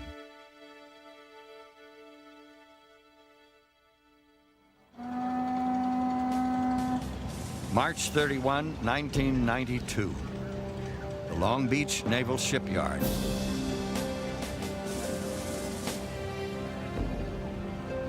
Her equipment inactivated, her compartment stripped of every usable item. The world's last active battleship is to be decommissioned.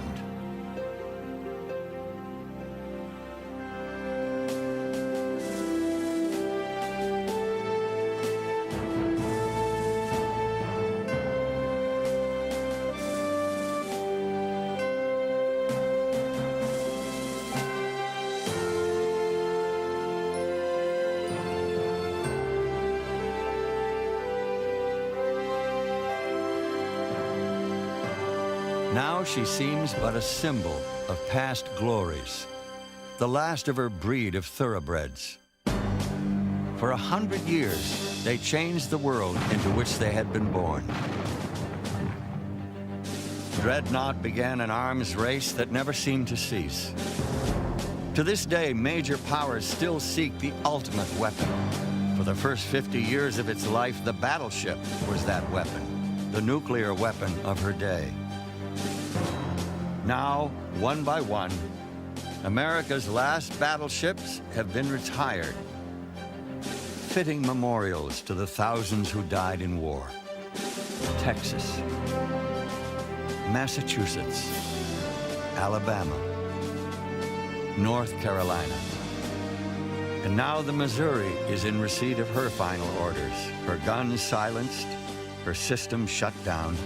She will pass from history into legend and take her place moored near the battleship Arizona as a memorial in Pearl Harbor. Two great warships that mark the beginning and the end of the greatest conflict in human history. Doomed on the morning of December 7, 1941.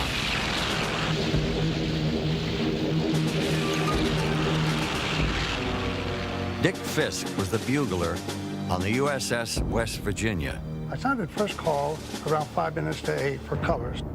We were looking towards the Arizona and then towards the two mountains there, and then we saw a group of airplanes coming in, and we thought that they were ours. Dan Martinez is an historian at the Arizona Memorial. On the morning of December 7, 1941, his grandfather was finishing his night shift. He was walking to his car when the first torpedo planes roared right overhead about 150 feet in altitude. At first he thought it was just a mock battle or drill. It was no drill. At 7:55 that Sunday morning, the clock began to tick away the final minutes of the battleship era. The great warships were all there, awaiting Admiral's inspection.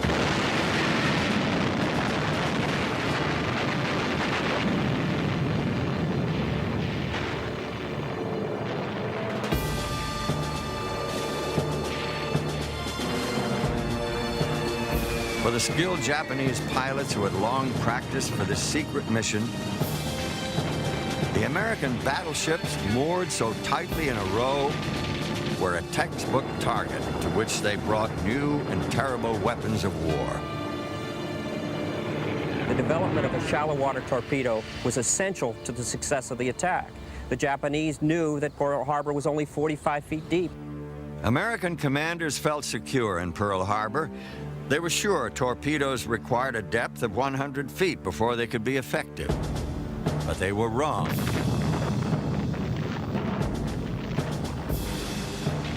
We just took torpedo after torpedo, and come to find out we had actually 9 torpedoes in us.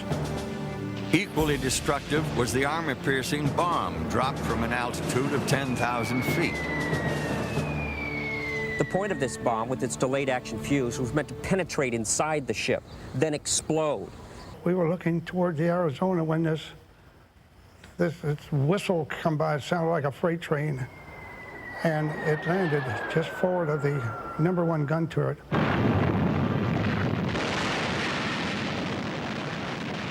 I thought that the battleship was most invincible. Nothing can hurt it. 16 inches of armor plating? Ain't nothing gonna go through that. The Arizona foundered in 9 minutes and burned for 2.5 days.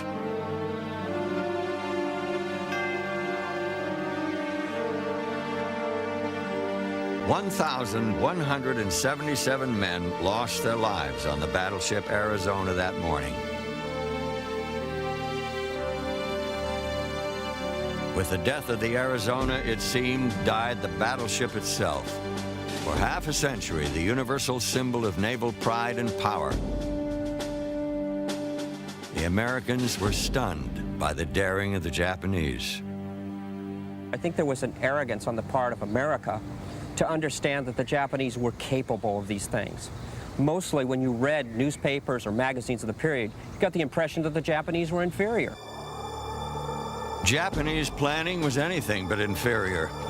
They had set a secret route across the treacherous northern Pacific and had sent the liner Tayumaru in advance to be certain no one sailed up there. In a bold effort, they raced toward Pearl Harbor, knowing that they could succeed. Battleships. Their gigantic guns can hurl deadly projectiles the weight of an automobile against targets more than 20 miles away. They are still among the fastest, largest, and most powerful warships ever to sail the world's oceans. Deep inside the armored hull, men program critical data into a sophisticated central nervous system. Its origins date to the last century. At their command, the guns fire with fearful accuracy. For 100 years, proud symbols of the world's mightiest nations. Great fighting machines that had no equal. Home to that special breed of fighting man, the battleship sailor. Victors and victims in the war at sea. On their decks have unfolded many a turning point in the history of the 20th century. The battleship, long thought unsinkable, indestructible, until the morning of December 7, 1941, when at Pearl Harbor, her mastery of the sea seemed over, eclipsed by the terrible power and accuracy of carrier-based aircraft. Yet she reappears in Korea and Vietnam. And 50 years after the premature report of her death at Pearl Harbor, her weapons echo across the waters of the Persian Gulf. Once again, the battleship is back. This is her story.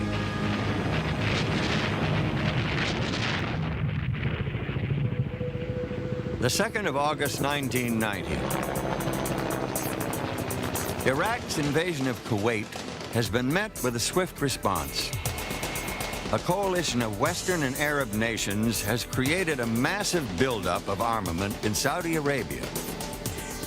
President George Bush issues a final ultimatum to the Iraqi president: withdraw from Kuwait or face overwhelming force. As 1991 begins, the United States adds the final weapons to the coalition's arsenal. Two of America's aging battleships will answer the call. For months, the USS Missouri has been making preparations for her third war.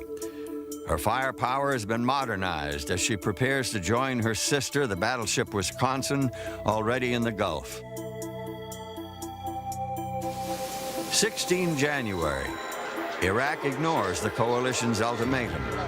17 January, 1:40 a.m., the crew of the Missouri is at general quarters. Execute launch sequence.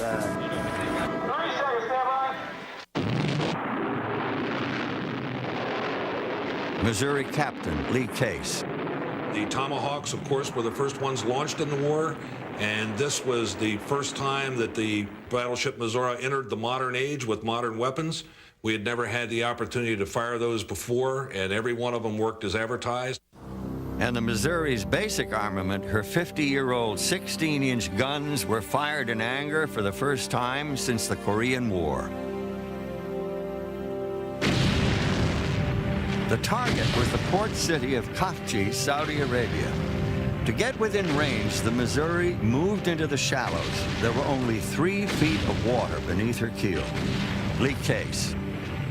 Well, when the big guns were fired in anger for the first time during the Gulf War, a cheer could be heard from one end of the ship to the other.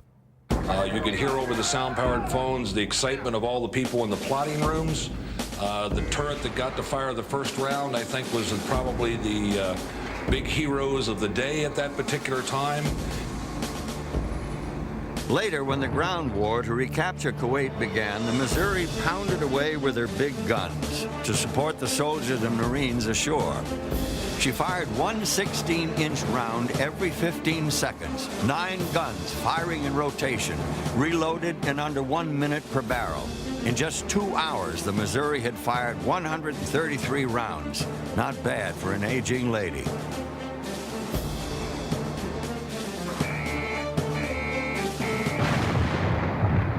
But one of the Missouri's most effective new weapons never fired a shot. The RPVs, or remotely piloted vehicles, were the Missouri's own spotters, like the battleship float planes of old. The miniature aircraft featured 2 camera systems, one for day, the other infrared for night viewing, when they could be most effective. The RPVs were 14 feet long, their wingspan 17 feet. Their computerized controls were operated by a pilot inside the battleship's superstructure. Rocket launched to an altitude of 200 feet in less than 2 seconds, the plane's 2-cycle engine then took over. Over the enemy target, the RPV sends pictures and coordinates back to the ship.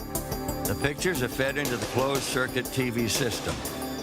An Iraqi food truck stops at a series of bunkers along a road. It is spotted by the cameras of the unheard RPV 1,500 feet above.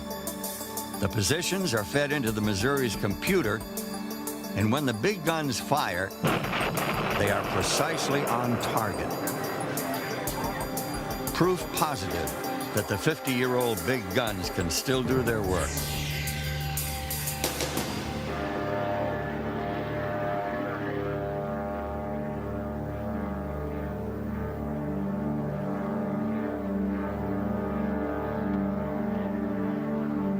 For Lee Case, the RPV was the perfect airborne spotter.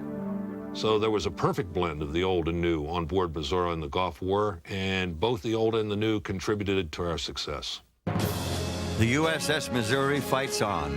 America's most historic battleship, the newest technology now grafted to her aging body. Like her battleship sisters, she was born to another time, another place.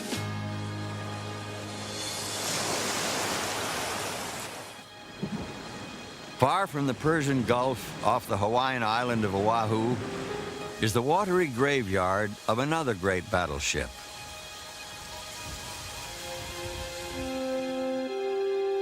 The remains of some 900 American sailors and Marines still lie within her twisted wreck. The battleship Arizona rests quietly below the peaceful waters of Pearl Harbor. Oil still escapes from her tanks, for this was once a living ship. Forever would have been further from the truth.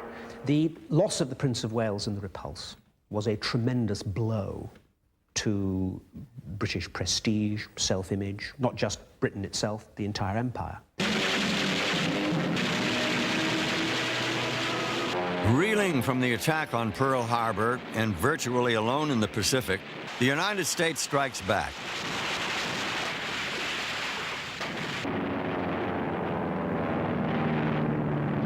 Her two Pearl Harbor-based aircraft carriers were at sea during the attack on December 7. By the spring of 1942, they had ravaged the Japanese fleet in the battles of the Coral Sea and Midway. At Midway alone, the Japanese lost 4 carriers and over 300 planes.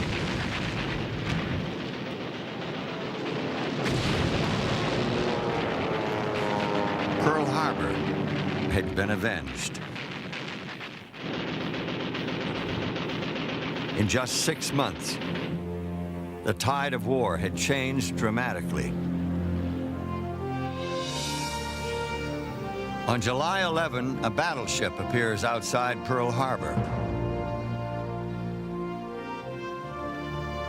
She is the USS North Carolina, the first American battleship to be commissioned in 18 years. The largest, most modern of all American warships. It has taken nearly 8 years to design and build her. The North Carolina would soon be in the thick of battle. But on this day, the majority of her crew lie on the decks to see the damage kept secret for 7 months. Larry Resin was a 17-year-old seaman aboard the North Carolina. I looked out and I saw these ships with their broken backs. I saw the Arizona still tilted over, the USS Oklahoma battleship, just the bottom showing, oil all over the place. All of a sudden, there was this cheer from the men on the ships, from the shore, and I said to myself, we haven't done a thing, a damn thing, and they're cheering us. Ken Hughes was at Pearl Harbor when the North Carolina came down the channel. What I saw there that day was the most magnificent man of war that any of us had ever seen. This ship meant that we had people, ships, and ammunition coming out of the States that were going to be there in short order and that were going to help us survive.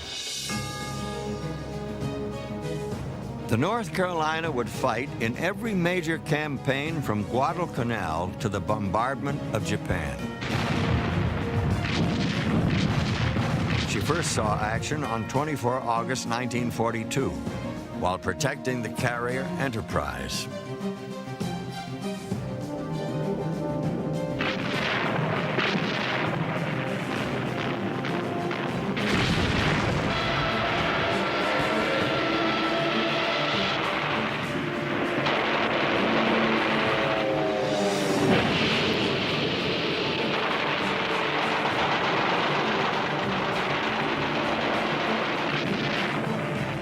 Her performance was remarkable, since at the time she had none of the 40mm anti-aircraft guns with which she would later be equipped. At one point, 6 died. I thought we had the most powerful Navy in the world. What happened? The sunken Arizona was thought by many to symbolize the end of an era.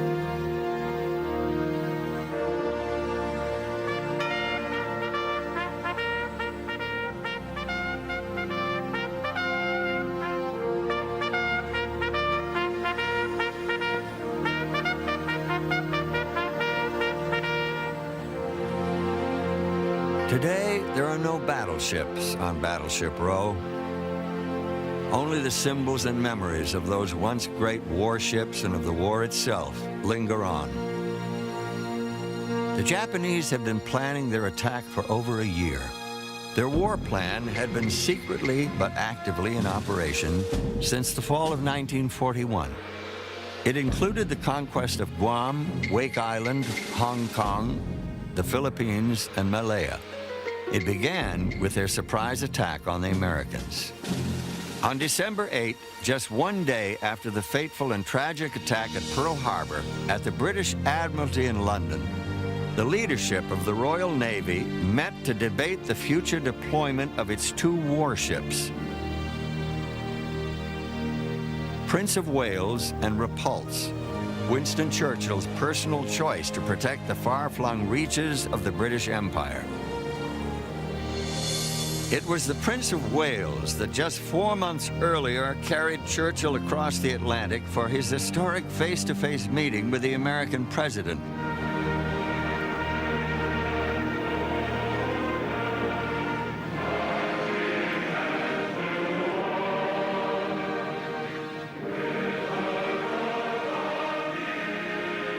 Symbolically, under the guns of the British battleship, they had signed the Atlantic Charter.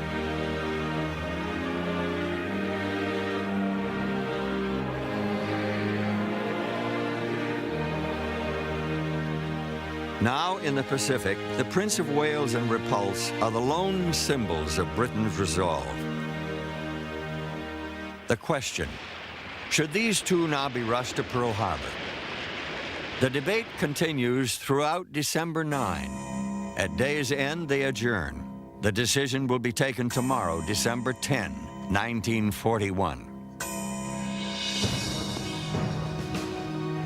But off the coast of Malaya, it already is tomorrow. As Admiralty officials sleep in London, Repulse and Prince of Wales search the sea for a Japanese landing force and are spotted from the air. As at Pearl Harbor 48 hours earlier, the combination of high-level bombers and low-flying torpedo planes is devastating. It will be the first time that aircraft will sink a battleship underway at sea. 840 British seamen lose their lives when the Prince of Wales and Repulse are both sunk. Those who had been debating the future of the two battleships awake to hear the terrible news. British naval historian Eric Grove. The Prince of Wales and Repulse was very much Churchill's own miscalculation. He thought that a small, fast squadron of capital ships based in Singapore would act as a very potent deterrent to a country that he thought of as effectively a bunch of rather crude yellow men who hadn't really grasped Western technology. Nothing